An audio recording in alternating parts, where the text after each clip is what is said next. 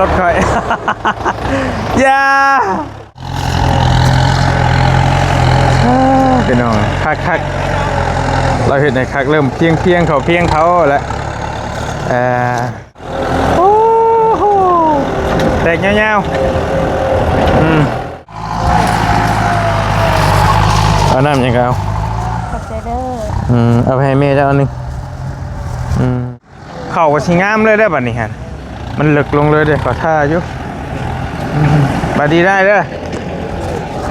เอาM100มาฝากเอาให้อันผู้คนครับนี่ขวดนี้ได้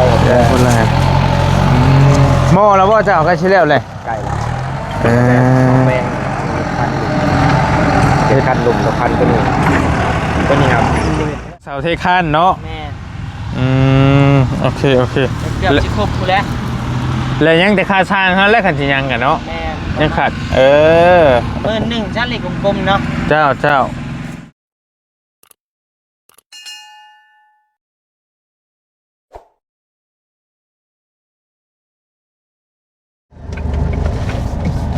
โอ้มาโอ้โดค่อยดีแล้วนี่เนาะโอเคพี่น้องทักทายสบายดีกันช่วงบรรยากาศช่วงบ่ายๆได้พี่น้องได้พอดีทางทีมงานส่งบอกว่ามื้อนี้ปรับดินหน้าดินน้องน้อยเด้อว่าสั่นเนาะทางน้องนิวทางทีมงานหลายคนส่งบอกเนาะบอลีก็เลยมาแวะเบิ่งก่อนหากกลับมาแต่มุกดาหารบอลีก็มาแต่เยี่ยมเมย์หั่นแหละแต่เยี่ยมเมย์ก็เลยมาแวะเบิ่งนึกว่าเพิ่นแล้วแล้วได้ปรับลายอีหลีนี่บ่ตจนคูนน้องตองขึ้นเมย์แล้วก็มานั่งเฝ้าอดยอดอยู่ยังบ่แล้วบ่ โอ้ปรับลายอีหลีเหรอ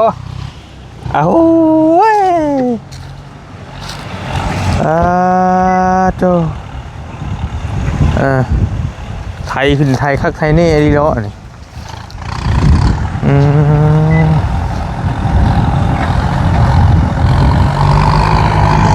บ่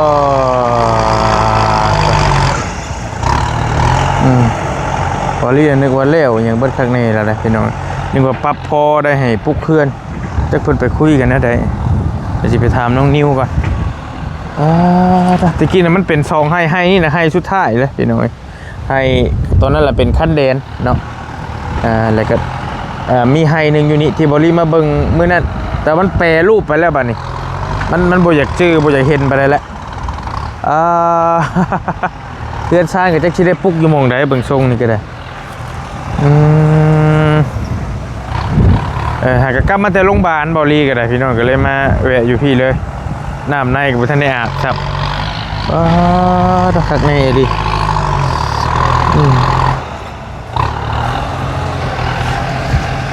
ยังหมดแล้วที่ละอะไรนึกว่าแล้วอะไร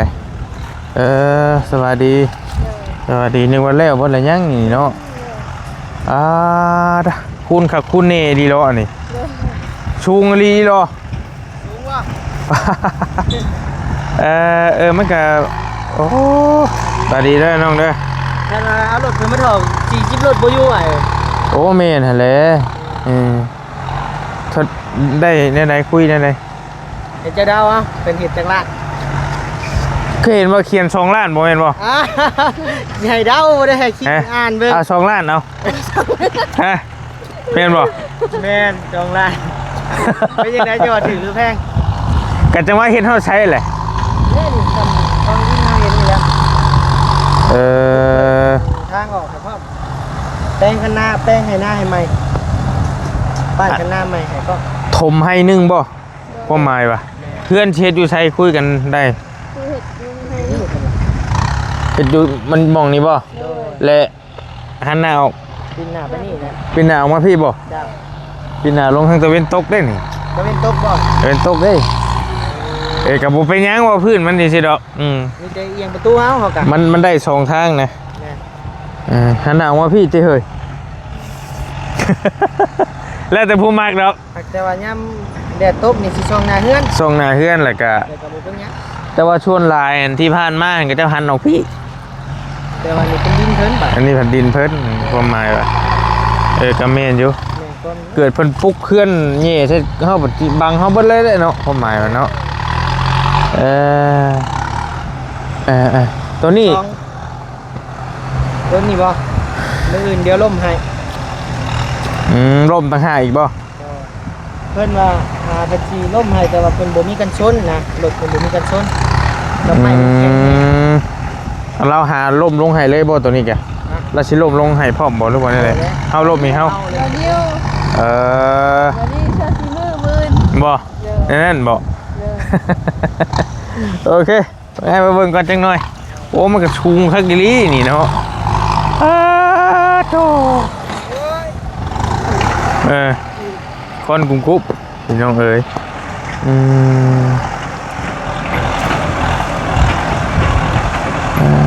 ตัว มาแล้วบ่ ฮะ ในตู้กลับบ้านแล้ว มาแล้ว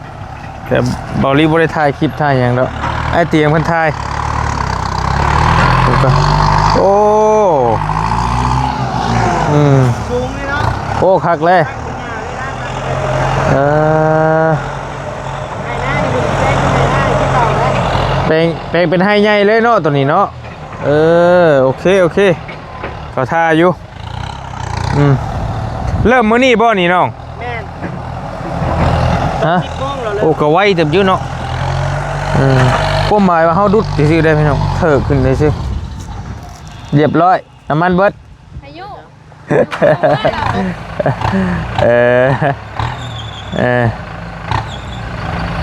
ขันทมนี่โบไม่ง่ายนี่น้อง โด ไง นระดับ9ล้านได้บ่ โอ้ยโบฮอดดอก เอ้ารถละ3,500,000 3,500,000 10รถเท่าไหร่ จิบรถกับ3 ล้านห้า บัตรเช่ารถ สาวรถกับ7 ล้าน รถกับ12 ล้าน แต่ว่ารถหนึ่งมันก็หลายเต็มอยู่แต่ว่าเฮากับตัวนี้แล้วคุ้มกว่า ตัวนี้นะ ตัวนี้สิคุ้มกว่าอยู่ ก่อนเนาะเช้าหน่อย จังว่าเคลื่อนใช้ฟ้าหันตัวจักรถเคลื่อนใช้ฟ้ามันรถใหญ่อยู่ได้คันรถใหญ่ๆนั่นก็คุ้มอยู่ใหญ่ๆรถใหญ่ๆนะ โดย รถใหญ่ๆนะรถ6 ล้อก็บ่คุ้มแล้วเย็บโม่นะนี่เนาะจะปิดจ็อบเลยเนาะ 3,000 บาทพี่น้องก็ธรรมดาอยู่พอช่างอยู่พอเถิกอยู่ ก็ไม่ ฮะ เราไปทำรถคันอื่นนะเอา กะยาแล้วจะปักจ้ะ เราถือกะ ครับเพื่อนนี่เป็นเราหมักซอยคนได้ที่ไหนเองไทยล่าเรา โอเคใช่ไหมคักอยู่คนในบ้านนี่บ่คนในใช่ คนบ้านเราหมักซอง โอเคได้ถือกแล้ว บั สิ งเอิญซื้อได้ไปพอเลย แบ่งให้หน้าให้พ่อมขี่รถไกลเลยเห็นรถเราจอดอยู่ โดย ไปเข้าไปถามบัดนี้ โดย เอามาพี่เดี๋ยวได้บัดนี้มา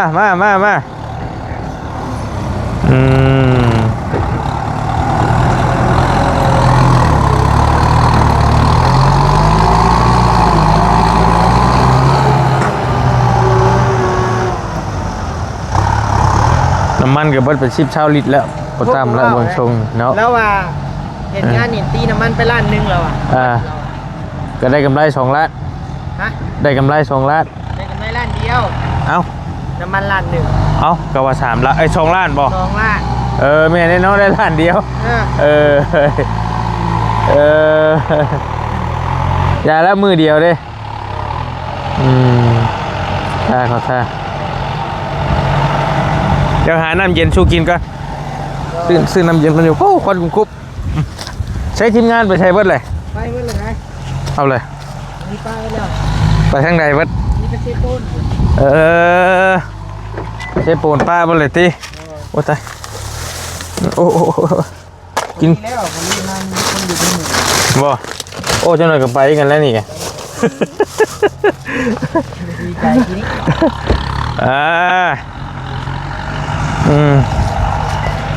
เอาละ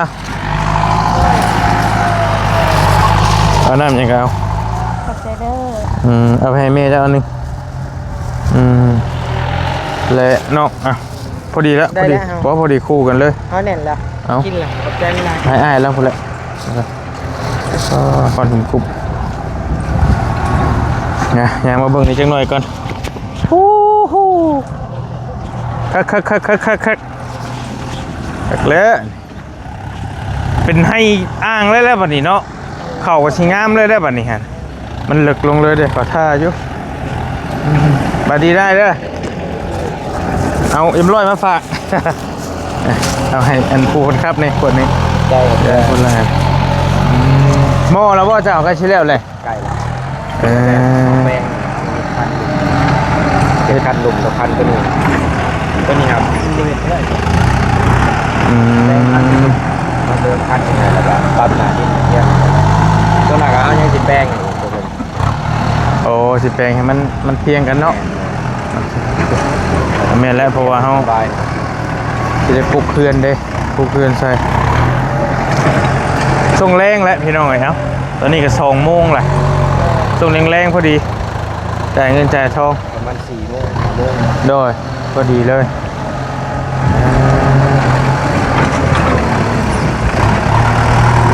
ก็ถือว่าไวเติบมันง่ายเพราะกับอีกอย่างมันกับบริยากมาได้เนาะมันดันขึ้นอย่างเดียวเลยแต่กับหลายเที่ยวนะลบไปลงมาลบไปลงมาไก่นี่ โดยอัน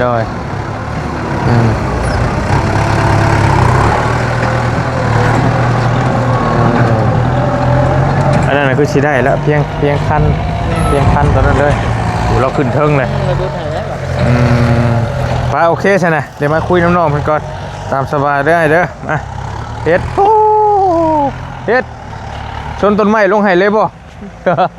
โอ้คอนกุ๊บโอ้โห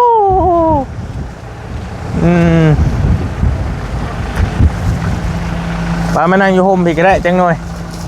คุยกันจังหน่อยแล้วจังโอ้โกโอ้คอนกุ๊บมันนั่งอยู่เทิงพี่ก็ได้มันจังบ่นะ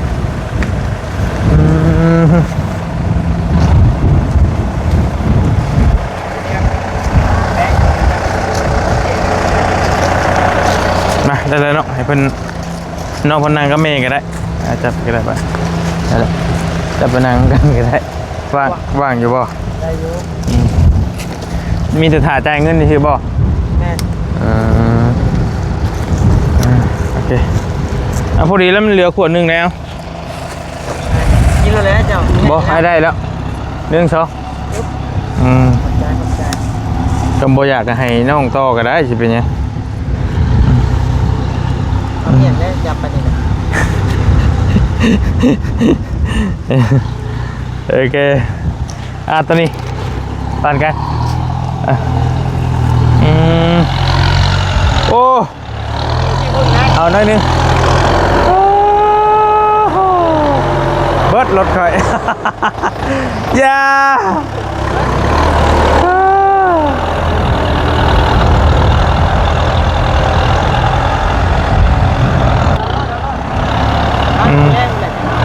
เฮ้ย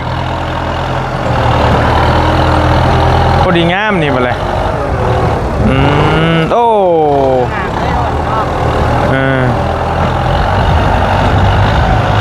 อย่าไปเหยียบมากกันเน่นแหละ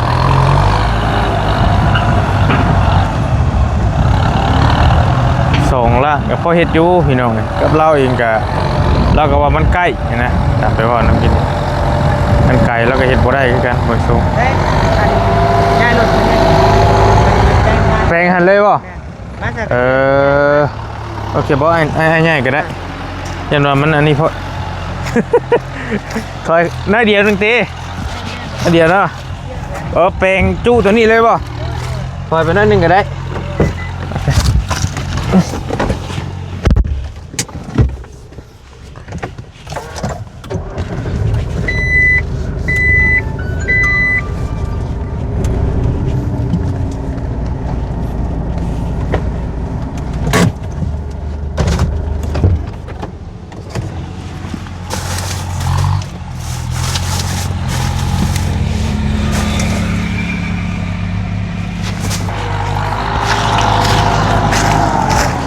คุยกันบ่ฮู้เรื่องแล้วว่ะ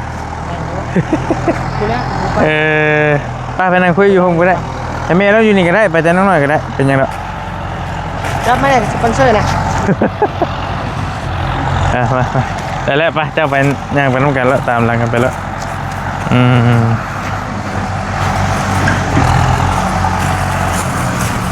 พอดีงามจังเลยผมให้หนึ่งพั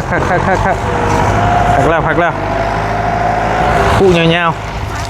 ๆเห็นยังไงมันได้ลูกป่ะ มาป้าได้อยู่วะ ก็สิประมาณนี้ได้อยู่แล้วนั่งรถมาคุยน้ำจังหน่อยสิไปป้าแล้ว ได้ใช่ ไปแถวนี่แหละผมไปไกลแล้วยังไม่ได้อาบน้ำอยู่เยาวชนมาซี่เด้อ มาจมูกว่า แม่นอนอยู่พุ่นอะไรก็มาเลยว่าพี่เลยหน่อย3,000 บาทขาดโต ร้านก็เงียบปลูกพัก โอ้ได้เบิดนะครับเอาของพวกเพื่อนก็โอเคแล้วพอไปพอมาแล้วอะไรนะมาจะเช่าคนบ่เจ้ากัน มาแต่บ้านหลวงมาพี่เลย เบิดชองกันแล้วโบได้มั่นใจนึกว่าชิแล้วได้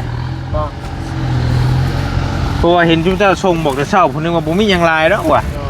เห็นไหมว่า กันยากได้บอกว่ายากกันยากเติมอยู่เพราะว่าก่อนจุ๊บถึงว่าต้องเอาพานทั้งหลังรุดก่อนนะจะได้รุดยิงมา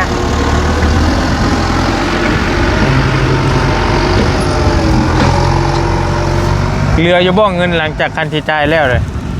จะเรืออยู่ เรือลายอยู่บ่ ประมาณล้านกว่าๆนี่แหละ บ่ได้เฮ็ดยังบ่ได้ดอกเนาะ เพราะว่ามีมาใหม่กับอีกล้านกว่าๆนะ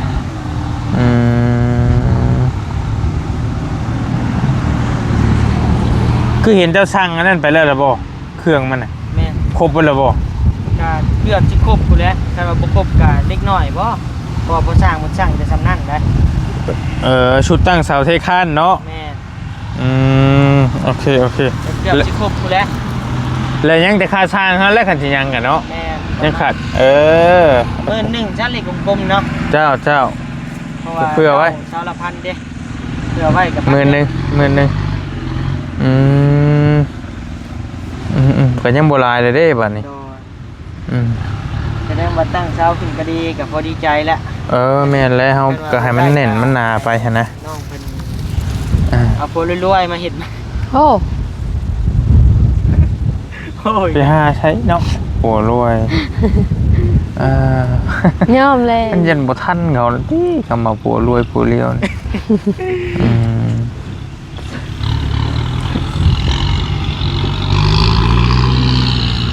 โอ้คนกุ๊บ แห้งนี่เราหลุดเนาะ ขายงัวแล้วล่ะเอ้ยขายงัวขายหยังหั่นแหละ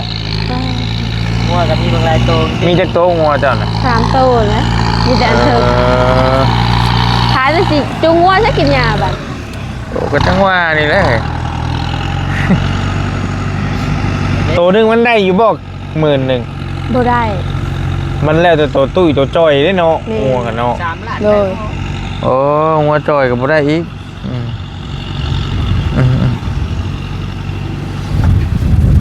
ฟังไปนี่แล้วคันบ่ได้ก็ปีหน้าปีฮื้อไปก็จังว่ากันพอดีแล้วให้ดินมันเน่นเลย เอาฝนตกห้ามดินมันก็จังแน่นหญ้าเกิดหญ้าหยังเลยกัน เลย มันสิเป็นมันสิเป็นดินเดิมเลยบัดนี้พี่น้องเอ้ยตัวนี้โอ้โห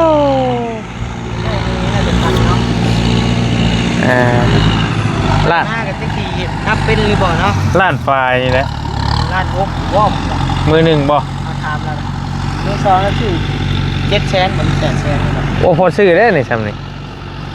แต่งอีกได้เนาะ ไม่รู้ว่า ก็แล้วแต่ว่ามานอีกได้เนาะ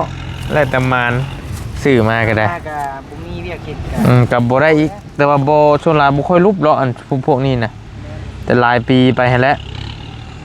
รุดหมองละ10,000 20,000ก็เอาเรื่องอยู่ได้บอลี่เพลงหน้าของเมน้องยุริเพิ่นน่ะน้อยเดียวนึง10,000ปลาย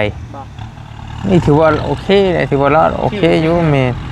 มันรุดเถิกไปชื่อได้15,000บ่หรือ10,000เท่าใดนี่แหละ แพงคันซื่อบ่ แม่เถิกให้มันเป็นให้เดียวกันหั่นน่ะ ข้าวเดียวเอาเลยคือแพงแท้ตัวแต่ว่านี่ถือว่าเราโอเคอยู่นี่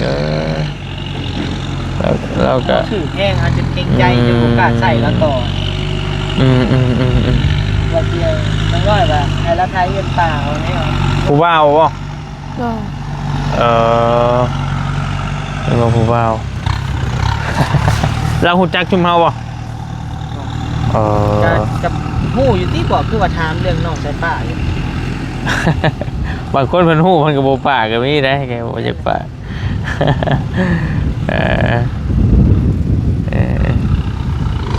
เอาก็มีแต่นั่นแหละพี่น้องยังขาดแต่ค่าสร้างเนาะขาดแต่ค่าสร้างก็ต้องว่ากันในขั้นตอนต่อไปกันอันนี้มันก็ดีแล้วบอลี่คิดว่ามันสิคิดว่ามันสิแพงกว่านี้นี่ได้ค่าดุดประมาณนี้ก็ถือว่าโอเคแล้วเพิ่นอนุโลมให้หลายเติบแหละนี่ก็กำลังไทยแตกยาวๆอยู่แปลงทางเข้าทางยังไงข้างในสิดุดคันตัวลุ่มนั่นให้อีกแป้งให้ได้คักอยู่พอพอหาแล้วอยู่เท่าหน้าเท่าในก็ได้แต่ว่าตัวนั้นมันเข่ากับชิงามบิ๊กไงมันเป็นน้ำชิวตัวลุ่มนะแม่แต่ก็สิคักเสียแต่ว่าให้นี่โบเมนของน้องน้อยนี่แหละพี่น้องเสียเฮงนี่เลยแม่นแต่ว่าตัวนี้แม่นแล้วแม่นโอ้คักเลยราคา3 ล้านกีบได้ฮะราคา3 ล้านกีบเป็นไง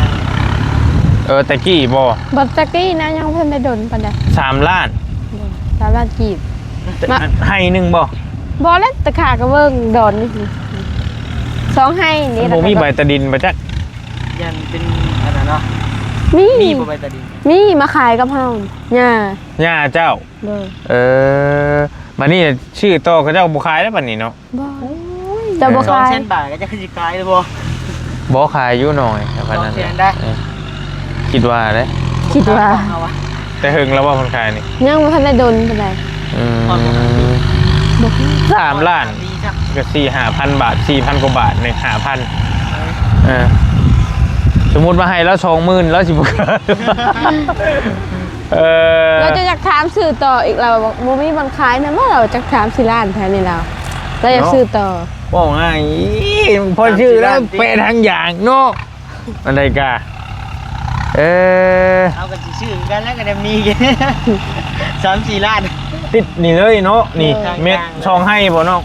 ต่อไปฮอดทางยางหันเลยเด้อพี่น้องเอ้ย50,000ไปสิซื้อน้ำจักอยู่ว่าเจ้าของแล้วโอ้ป้าอยู่ตรงเห็นแล้วอยู่ตรงเห็น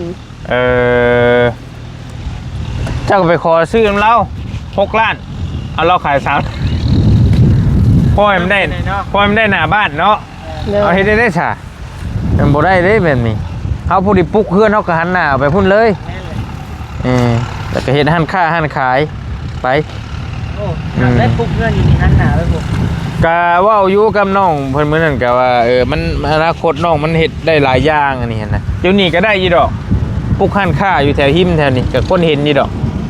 เฮ็ดหันค้าหรือว่าเฮ็ดหยังก็ได้นะค้าขายมันได้เบิดนี่เนาะมันพอไปพอมาอยู่มันใกล้ทางเด้เหมาะเจาะอยู่ขาย3 ล้านดิเฮ้ยจะไปหันลักแดงนี่ก็บ่ได้อีกได้หันลักแดงได้นะบ่ได้ต้องเข้ากันในที่ถึกแล้วทีน้องน้อยฮะใกล้ทางอะไรกันรถเฉี่ยวมากนี่เพราะให้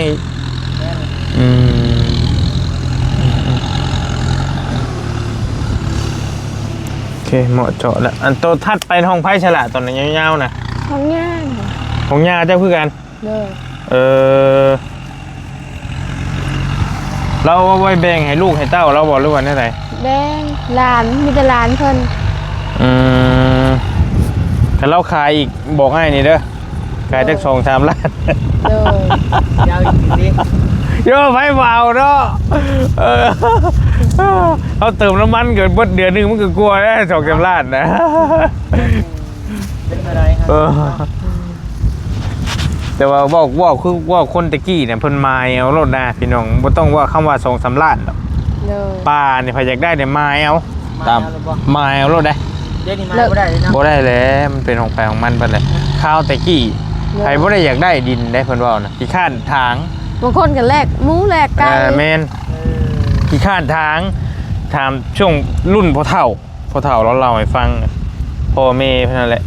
มันเป็นป่าเด้ขี้ข้าน เนาะ ขี้ข้านทางขี้ข้านอ้อมไปอ้อมมาเดี๋ยวนี้ญาติกันเดี๋ยวนี้ว่าไอ้บ่ได้น้อยหนึงก็เป็นพิษเลวกัน ขากัน แม่นดินเกินไปน้อยหนึงนี่ก็กระทึกแหละ พอคืบติ แม่ ตะกี้เนี่ยเพิ่นว่าโอ้ยมันก็บ่ได้ต่างจากค่ำดอก แม่น ค่ำก็เท่าใดตะกี้เพิ่นว่าค่าดองลูกเมียนี่ก็ 2-3,000 กีบนี่บ่มันแต่งกันนะ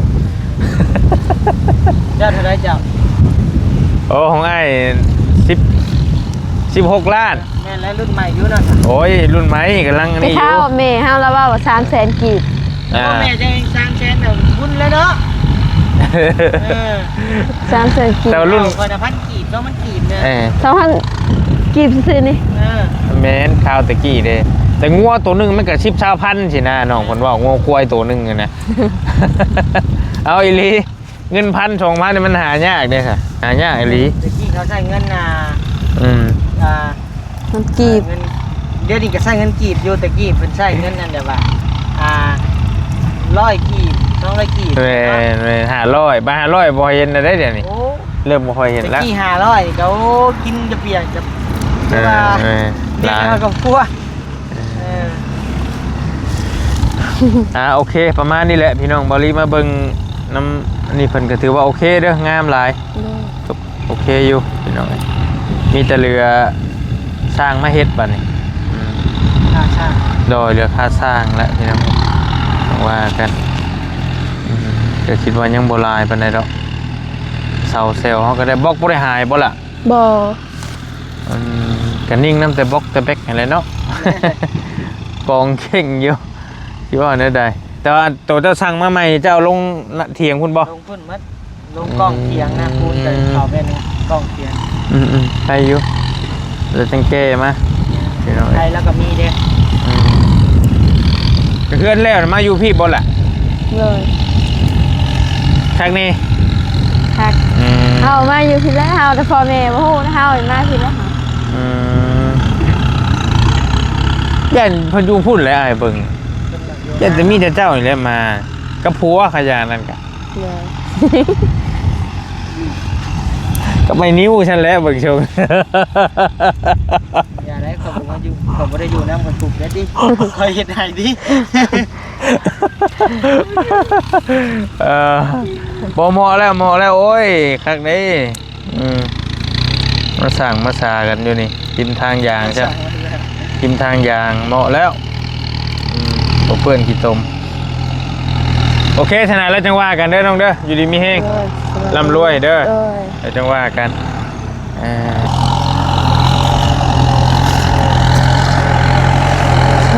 พี่น้องคักเราเห็นในคักเริ่มเพียงเขาแล้ว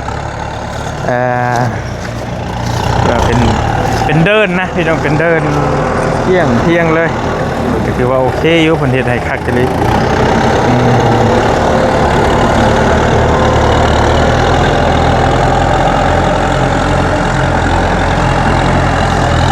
แล้วก็เราเนี่ย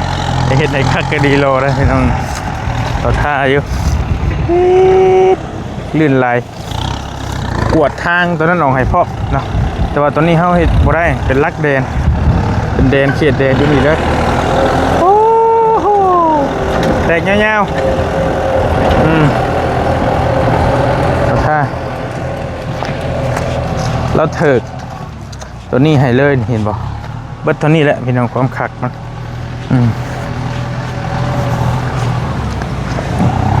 ราคา 3,000 บาทเนาะค่าน้ำมันเรากับได้ครึ่งนะเราได้กำไรประมาณ1,000 กว่าบาทประมาณ1,000นี่แหละก็ถือว่าเพิ่นโอเคพอซอยกันก็อุดหนุนแล้วในเด้อพี่น้องเด้อคือว่าอยู่บ้านหนองปากช่องอยู่โรงเรียนนี่แหละทั้งง่ายเพิ่นก็ได้เนาะประเทศไหนคักดีอยู่ดีมีแห้งพี่น้องฝากติดตามเคสน้องน้อยเนาะในตอนต่อไปนี่กำลังเริ่มไทยกำลังเริ่มปั๊บหน้าดินแล้วก็สิตั้งเพื่อนน้องเพิ่นอยู่นี้แล้วก็สิได้ล่มไม้ล่มอย่างพวกนี้เราจังว่ากันอีกทีนึงตัวนั้นก็ได้อยู่ดีมีแห้งโชคมาร่ำรวยพี่น้องเจอกันคลิปหน้าสำหรับคลิปนี้สบายดีเด้อพี่น้องเด้อโดยบ๊ายบาย